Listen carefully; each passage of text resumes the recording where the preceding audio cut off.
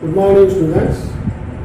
Today we are going to discuss another poem that is in our course of plus 2 second year, The Ballad of Father Gilligan, written by William Butler Yeats.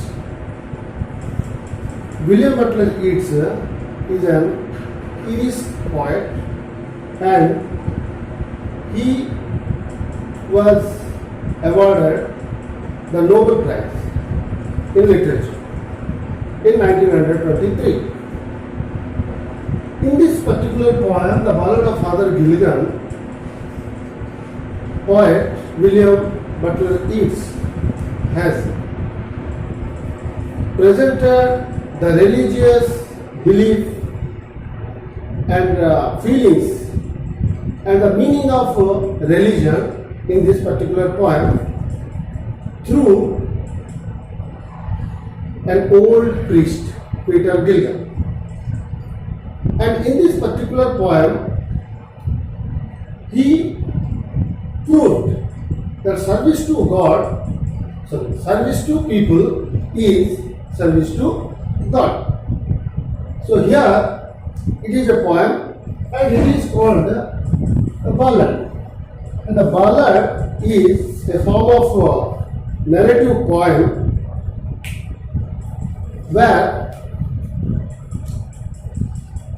there will be a story and it is sung often in short stanzas. And here in this particular poem there is a story about the father Gilligan, who is too old, but he performed his service to his people in such a way that the service to God is reflected. Here, this particular poem is in stanzas of 4 verses, that is called quatrain. In the first stanza, he introduces Peter Gilligan, the father Peter Gilligan, in such a condition where he was too tired. And why he was tired? Here in the first stanza, it has been told, the old priest Peter Gilligan was weary night and day, for half his flock were in their beds, all under green swords lay. So in this particular stanza, he introduces Father Gilligan, who was too old and was tired and was weary night and day. Throughout the day and night, he was busy serving people. So, the duty of a father is to serve his people by praying to God at the time of their last moment. And in that parish, in his parish in the sense that is the area of a church, and the people who were living in that area of the church, the father is the head, and he guides people to be religious, and his duty, the foremost duty of a father is to serve his people so that they can reach God after their death. So here it has been clearly mentioned, he was weary, he was tired due to an epidemic which was spread in his area and people were dying time to time. So he describes that line, for half his flock were in their beds. For. So here, for is the meaning of because. So the reason of his being tired was that half his flock, even 50% of the population were affected due to that epidemic.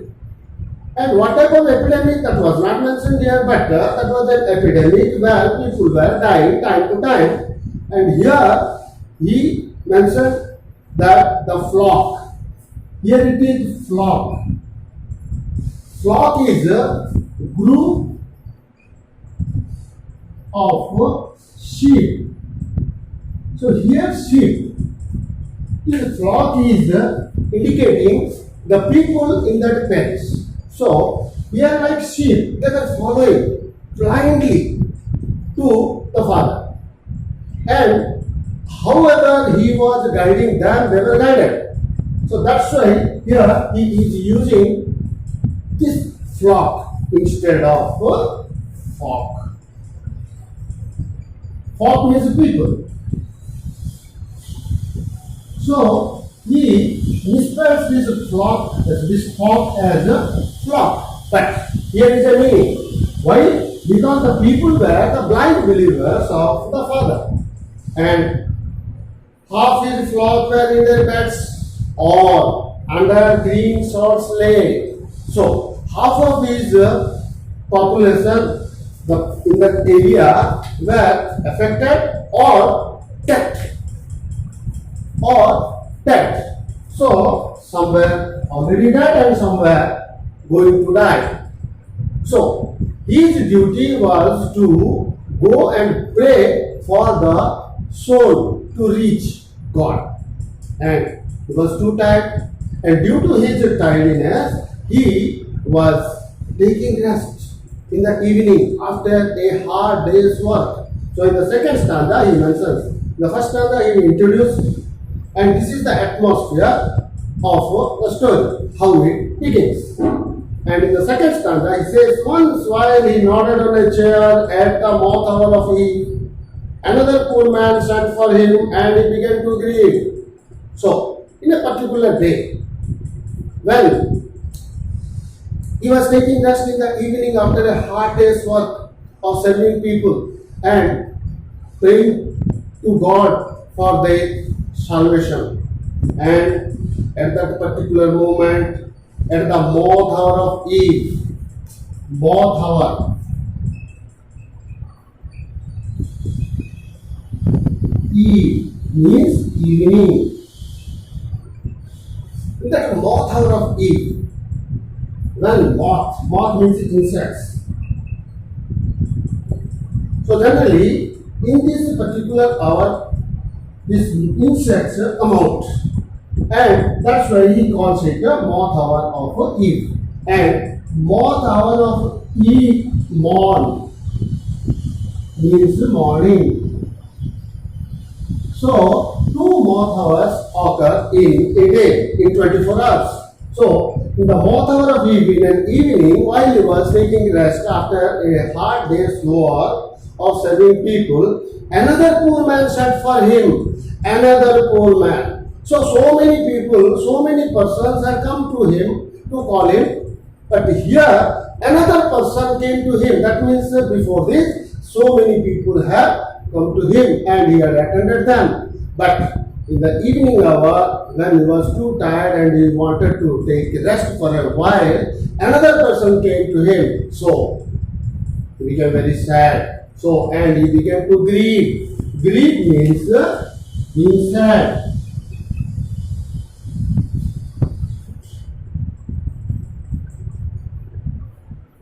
He became very sad because that was not the moment he was rendering his service to people as his duty, but still he was not happy. Why? Because that was not the moment of pleasure.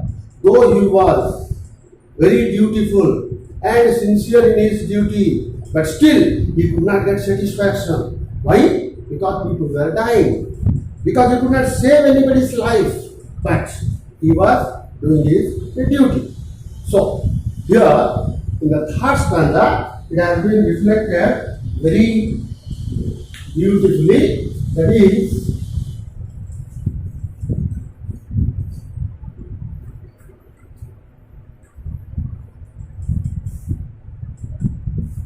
and he complains. In a complaining manner, he says, I have no rest, nor joy, nor peace, for people die and die.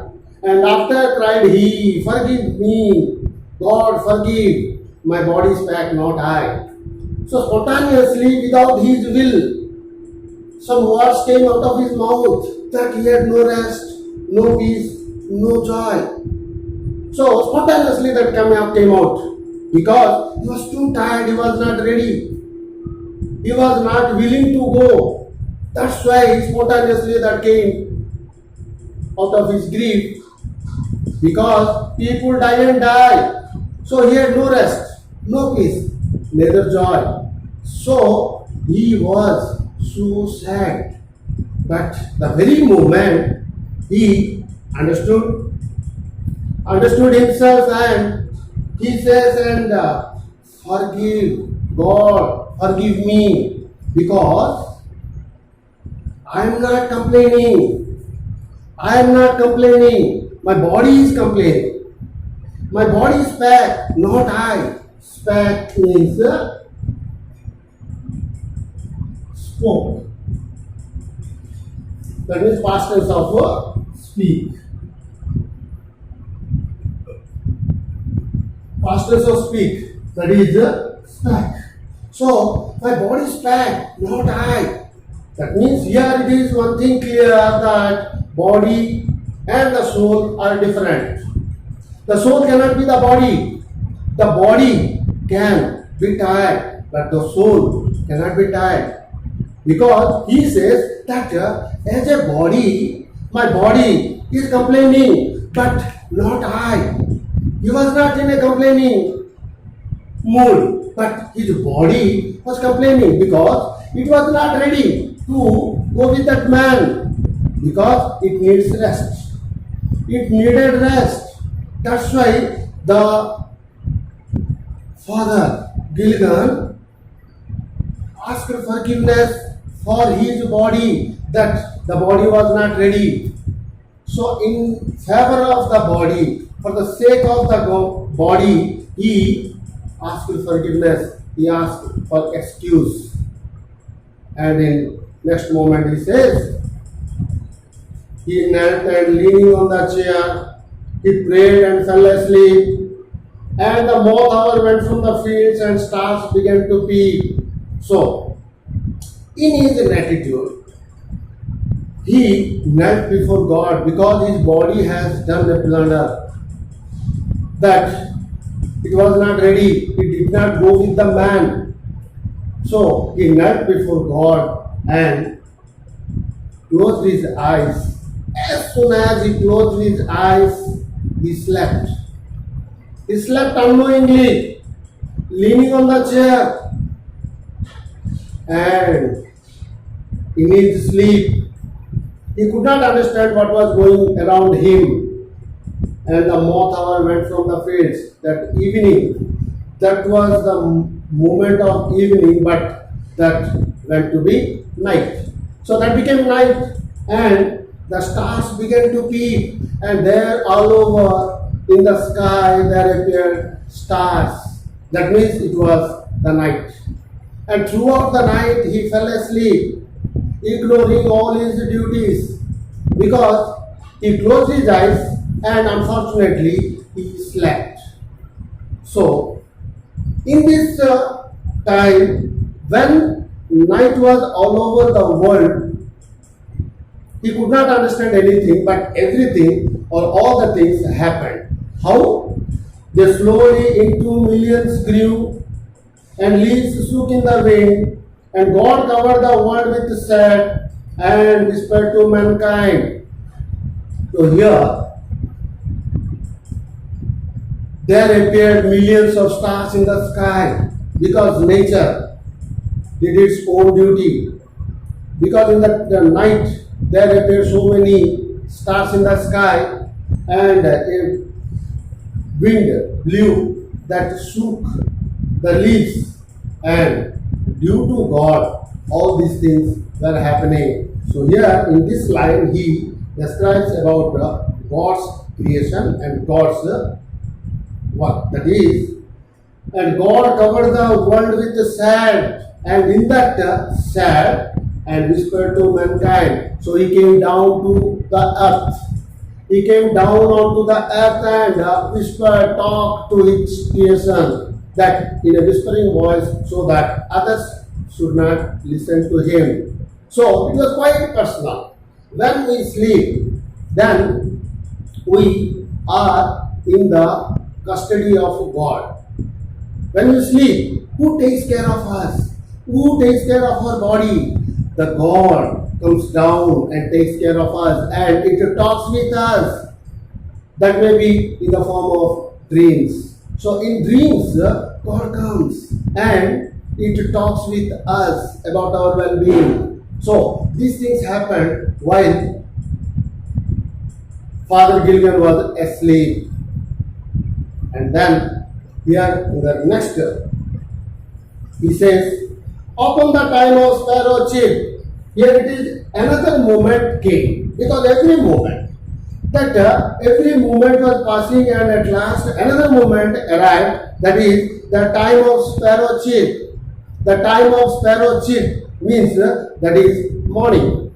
When the moths came once more, that was the moth hour of Eve, another moth hour came. So that is in the morning. So morning setting. So when morning set in, the poor priest Peter Gilgan stood upright on the floor. So in the morning he got up.